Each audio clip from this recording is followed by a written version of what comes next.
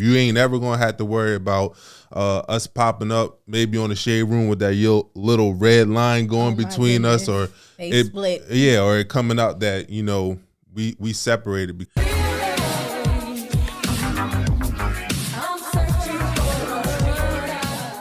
What's up, real ones? Welcome back to the Relationship Podcast, where we're bringing the real back to relationships. Yes, sir. I'm Asha Steele. And I'm Devin Steele, if y'all still remember. And we're so excited that you guys are tuning in today with us. Yeah, man. We are super excited. Yeah. I'm super excited. Look, from the moment that I pressed the record button, Asha has been smiling ear to ear like she couldn't wait to get back to this moment. So we're excited to be back on the airwaves. Just to let y'all know, yes, we are still doing well. Our marriage is not in turmoil, because I know sometimes when people disappear like that, or you missing a bunch of podcast episodes, or you don't really post that much on our Instagram, we don't really share that many pictures of us. A lot of people get to formulating ideas in their head like, man, maybe they're going through some things in their relationship. But listen, our relationship is great. I promise y'all will be the first people to know if we were going through some type of turmoil during our relationship. You ain't ever going to have to worry about us popping up maybe on the shade room with that little red line going between us, or they split. Yeah, or it coming out that, we separated, because one of the reasons why we decided to start this podcast was just to be real with y'all. So if we're going through something, we're going to come on, we're going to press that record button, and we're going to talk about it, because we know that there are other people out there that may be going through the same thing, and we can work through it together. So yes, we're still doing good. Our relationship is still thriving. We're still flourishing. Absolutely. But we just had a lot of stuff going on, which we're going to catch all up on in this episode, but we back. Yeah, we're excited to be back. This, like you said, this is the catch up, because I feel like we left y'all on red for like 3 months. Yeah. Okay. And it was not intentional, you guys. We were swamped. It seems like the past 3 months have been so like chaotic and on go, nonstop. But first, I just want to clap it up, you guys, because we celebrated my husband celebrated a huge milestone with completing school, graduating. He still is in the process, you guys, right? Yeah. Of your capstone. Yeah. So I walked the stage. Yes. So I officially graduated in that capacity, but I'm still writing my capstone, which is basically I have to come up with a theory and support it with research. So one of the things that I'm going to focus on with my capstone is providing parents with the tools to help their children thrive. Because, them adolescent years, when them kids start to become teens, it get a little crazy. And we know how that all is. When we were teenagers, we was making a lot of crazy decisions, and those decisions could really affect us when we become adults. So just providing parents with the tools to really help their children overcome those challenges of adolescence.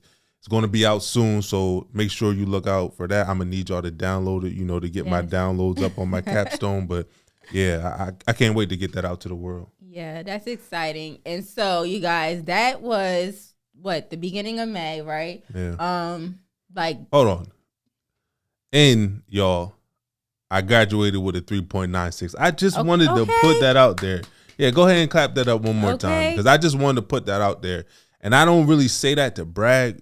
It's just that I want people to really understand the potential that sometimes we have inside of us, but we don't really allow it to come to fruition. Like, we don't realize the potential we have because we put ourselves in a box for so long. And I know for me, I've always put myself inside of that box of just being an athlete. That's where I felt like my value in life really came from, because growing up in inner city, I felt like I didn't really have a lot of value. My life didn't have any value.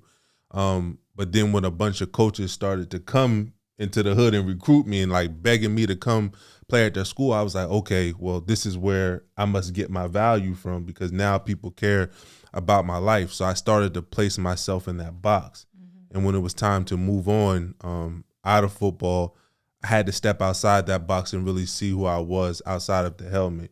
So for those of you out there, who, may be struggling with that in your life right now, just go out there and try new things, because I'm the type of person, I graduated from undergrad with a 2.0, and I used to tell myself that school wasn't for me.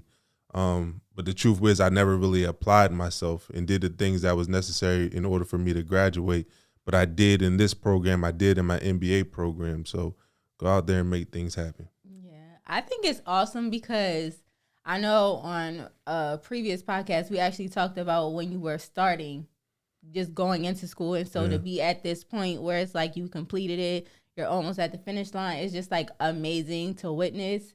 You viewers, like you said, y'all are able to witness and y'all are able to go out and do things that y'all want to do and strive for greatness as well. So I think it's awesome. I'm super proud of you. I wouldn't have been able to do it without you because, you know, it's great. Me and you had this talk, so it's not like we having this talk for the first time, but just to let them in on our discussions. Like, this was one of the hardest things that I you know, undertook. It was a lot of times throughout this process that I really questioned myself, like if I was smart enough to do this, if I was capable of, you know, graduating from a prestigious school like this. And there's so many times me and you had that talk where it's like you would be able to see I'm caught up in my thoughts and you would come and intervene and just, you know, speak life into me. And I remember one conversation you was just like, yo, it's an honor to be able to witness the things that you are trying to accomplish in your life. And when your spouse, when your significant other says something like that to you, it does something. It's like, damn, the hell with these doubts. If she believe in me like this, not only do I got to go prove myself right, but I got to prove her right as well, because everything I'm doing is for my family. And if she believes in my dreams and my vision and just believes in me, then I got to go make that happen. So I think it's so crucial I think that's the difference, right? So things that I tried to accomplish before I met you, I had to really talk myself into continuing to push forward. But being able to navigate life now with somebody in your corner that's there with you every day, that understands your struggle and that believes so much in you, it makes a huge difference in trying to accomplish things in life. So shout out to you too. Well, you're welcome, babe. So so you guys, so going to that, around that time, of course, you were like in the books, just writing papers. He was up, like you was literally pulling like all-nighters, like back to back to back, which we was like, okay, we really got to get into the grind. I was like trying to focus on home life. That was focused on school. Y'all, I was also planning a surprise graduation party for Devin, which for one in itself is a whole task, because this man, like, he's like Inspector Gadget. He want to find out everything. Not so true. If I'm on the phone with somebody, he's like, oh, what y'all talking about? What's going on? So I'm like trying to surprise him with his graduation party in Houston for when we go to PA, which is so hard to do. If you guys know, trying to plan something when you're out of state is like trying to get people together, trying to get the event, like all of that stuff, everything planned together. It was just a lot. But me and my mother-in-law, we pulled it together, okay? So we celebrated Devin, and it was awesome. It turned out fabulous. And then we celebrated our 6-year anniversary. Yeah. So that was exciting too. We didn't really go too big with that anniversary because, you know, it's 6 years. It's 6 years is major. No, it's major, huge. But it's not like 5 year, 1 year, 10 year. You know what I mean? Like it's year 6. But like, so I don't really know who came up with the idea of celebrating like every 5 years, like major. Women. I would if it was me, I would celebrate big like every year. I bet. That's how y'all do. Y'all do the same thing with your birthday. Y'all do the same thing with your birthday. It's called a birthday, but y'all celebrate it for the whole month. No, I celebrate like the whole week. I can tell you this. I know that men did not come up with wedding anniversaries because most of them forget anyway. So that we wouldn't put ourselves in that type of situation where we would set something up that we're going to forget. Yeah. So it was definitely women. I think it's all major, just a major accomplishment to go through another year, another day, another month is a huge success. So still year 6. It doesn't have that like year 5. But no, I thought it was cool. We actually went and celebrated our anniversary. We had dinner at the restaurant where we had our first date in Philadelphia, and that was really special because, like you said, it was a moment for us to like really reminisce and go back in time to when we didn't know each other. It all started. Because I definitely didn't know you then. Because although I didn't know the woman I was sitting in front of then, I would be with 10 years later, 6 years married. You know what I mean? Because that woman right there, she didn't eat. She ordered salmon and she barely ate her food. The woman now, you have to stop. You have to beg to stop ordering food. You have to beg to stop eating. Look, she didn't eat her food on our first date. Now she eats her food. She picks on my food. You know what? She picks on Arya's food. Like, she eats everybody's food. I can't. So it's definitely not the same woman, but it's just crazy to go back to that date and be like, man, look how far we came. Mm-hmm. Because I think one of the best things that you can do in a relationship to help keep that intimacy in your relationship and move forward and overcome tough times is creating that love map where you just go back and you remind yourself of why you decided to commit yourselves to each other in the first place. Mm-hmm. Reminisce about all the good things that have happened in your relationship and how you were able to overcome the hard times to get where you're at now. So being able to share that moment with you that night, I think was pretty special. Yeah. And so from there, you guys, May was a lot. Okay. We had a lot going on. Leah's birthday. Yeah. Planning that, her 12th birthday. And then, like you said, you graduating, the graduation celebration, our anniversary. And then we come back, you guys, and we get some major news. Okay. Yeah. So if you guys are following us on social media, you know that we announced last week that we are expecting another baby. Yeah. So that was so exciting. We came back. A little backstory. If you guys, I'm pretty sure you may be following us. Y'all know the story. But if you're new here, back in 2020, we were starting our next from Arya, our TTC journey of trying to conceive another child. And unfortunately, we suffered a miscarriage. And so when we decided this time around that we wanted to start our TTC journey, it was scary for me in a sense, right? I was not hesitant, but I was just mindful of what we had been through. And so, unfortunately, when you try to suppress those thoughts and the negative feelings and everything from what you may have went through, it resurfaces sometimes. And so before when we were on our TTC journey back, trying to conceive journey for those who was like, what is TTC? But when we were trying, we had got a pregnancy test and it said pregnant. I felt all the symptoms of being pregnant, but when we went to the doctors, it was just a gestational sac. There was no embryo growing. And so that's when we found out that we weren't going to, be able to continue with the pregnancy. And so this time around, when we saw the pregnancy test, it was like I had all those emotions again of just being excited. Yeah. But then I had that hesitation of what if, right? Because we had experienced that. And I tried to just be mindful of the weeks leading up to our doctor's appointment, just to try to be like in this state of mind of where I'm not trying to be negative or think about the negative thoughts and just remain peaceful and just think, positive and have a positive outlook on it. But it was very hard to do. I'm not even going to lie. And so when we got back, that's when we actually had our doctor's appointment scheduled to, see the ultrasound and everything to actually confirm that, in fact, we're having a successful pregnancy. Right.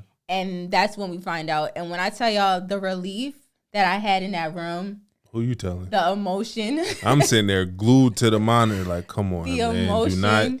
Do not say that, because I know it's going to crush me, but I already know what's going on in Asha's head right now. Yeah. And I ain't want her to go through the same thing, because although it was tough for me, like, I understand that is Asha's body, right? She has to go through the procedures alone, especially during COVID. You can't even go back there and support your spouse. So it's just like, I really didn't want her to have to endure that again. So I was nervous as well.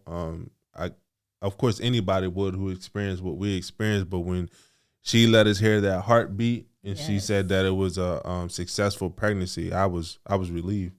So relieved. Like, it felt like it just a weight had lifted off of me, and I was so excited to just like have her confirm that. And so from there, we were just like anticipating, like, okay, the journey has started. We about to add another little baby to the family.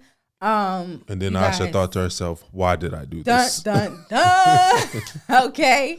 Then it hit me. Okay, you guys. So first time around, you can go back on my Instagram and look, but I shared a lot of my journey of being pregnant with Arya on my Instagram. And then I was really sick, right? I had got really sick, nauseous. They say morning sickness, but I was like literally sick. It seemed like all day sometimes. The smell of food. I just remember being in our apartment at the time, and Devin would cook this chicken, okay? It was delicious chicken, by the way. When he's smelled on amazing. His health kick and he's eating the same meals all day, every day of the week, you guys, he would make this chicken and I would smell it and it would just be the most disgusting smell, like, to my soul. Like, but it wasn't because my stuff actually stunk, right? Because it stunk. It may have not stunk if I wasn't pregnant, but it stunk. Clarify that, because you out here making me sound crazy right now. But no, so I was literally going through it, but it wasn't like now, or not now, but when I was going through a few weeks ago. Okay, you guys. So it hit me. I started getting the nausea again, getting sick. The smell started coming back where it was just triggering me. And I'm just like, okay, this seems a little bit sooner than what I expected, because it didn't happen that fast with Arya. So I'm just like, okay, well, maybe, next time you have a pregnancy, it just kicks in a little bit faster. So I'm trying to get through it, but then I realized, like, I started, like, regurgitating? Vomiting. I don't want to be too gross, but I started vomiting. You started throwing up, y'all. Like, literally every smell, if I tried to eat, if I tried to drink, like, you guys, for 3 weeks, okay, straight, I could not eat. I could not drink anything. Like, I couldn't keep anything down. I was throwing up nonstop all day around the clock. I was nauseous from the time I woke up to the time I went to sleep. Like, I would literally wake up out of my sleep just to throw up again. And so it got to the point, unfortunately, but not unfortunately, we had started Arya in daycare or school. Sorry, don't say daycare, because she'll be like, I'm not in daycare, I'm in school. But I started her in school. We started her in school around the time when I started getting nauseous, and she got sick, you guys. She got COVID, and Devin got COVID, okay? And so I'm upstairs trying to separate myself, socially distance, and not get sick with COVID. But then I'm having to take care of my husband, my baby, because he started to get bad. So in the midst of me being so nauseous, throwing up around the clock, I end up getting COVID as well, right? Mm-hmm. And I think that's when it really hit me, because it was a point where I was just like, I would have to try to, like, go downstairs to help them out, but I still had to go upstairs to just, like, catch my breath and breathe and lay down. And, because everything was just contributing to the factor of me just keep wanting to throw up. And so I went upstairs at one time, and I felt literally like I was going to pass out. Like, I hadn't, like I said, for 3 weeks, I hadn't eaten anything. I couldn't even drink water. I couldn't keep anything down. Like, I had nothing on my stomach. So I started to, like, vomit, just whatever was left inside of me, like bowel, right? And so it sounds really gross, you guys. I'm sorry. But this is real life. There's other women out there that go through the same thing. So I'm like, okay, Devin, I called him upstairs. I'm like, I can't do this. Like, I need to go to the hospital. Like, something's not right. I can't do this. And I had literally went to the hospital maybe like a week before, and they had to give me IV fluids because I was dehydrated. So I'm like, this isn't, like, something's not right. I can't do this. I can't go another day, like, feeling like this. So he takes me to the hospital. They running tests. They're trying to get me on a regimen of being able to take medication so I can eventually hold down food and everything like that. And so in the midst of all of that, then they tell me that I am basically suffering with HG, which is hyperemesis gravidarum, you guys. How many times you practiced that before we hit record on here? It takes a lot to remember the whole name, but it's short for it. HG is short for it. What's it called again? Hyperemesis gravidarum. Say it 5 times fast. No. Try it. I want to hear you. Try it. Look, you can't say what. I just want to hear you. Before you get back into the story, let me hear you say it 5 times fast. Hyperemesis gravidarum. No. See, I was messed up. Okay. But Yes, you guys. So basically that is like when you're suffering from severe nausea and vomiting. This wasn't just like your normal stuff, bro. No. Like she lost 20 pounds. Yeah. Like I've never heard of somebody losing 20 pounds when they become pregnant. Like it was really crazy. Like even as a husband, it's like, yo, what do you do in that situation? Because there's nothing you can do. Like you can try to hold their hair, rub their back when they're throwing up, but it's just like, other than that, it's nothing you can do. It's like the energy is just zapped out of them. And we had to spend nights in the hospital together. And then, I don't know, man, it was just crazy. And I know that there was a point in time where Asha was just like, yo, I'm really in pain right now. And I'm trying not to be negative about it because I prayed for this moment. Like when I could conceive again and have another child, like I'm trying to practice gratefulness, but it's just hard. And I had to remind her, like, the only way being grateful works is if you are truly grateful in that moment.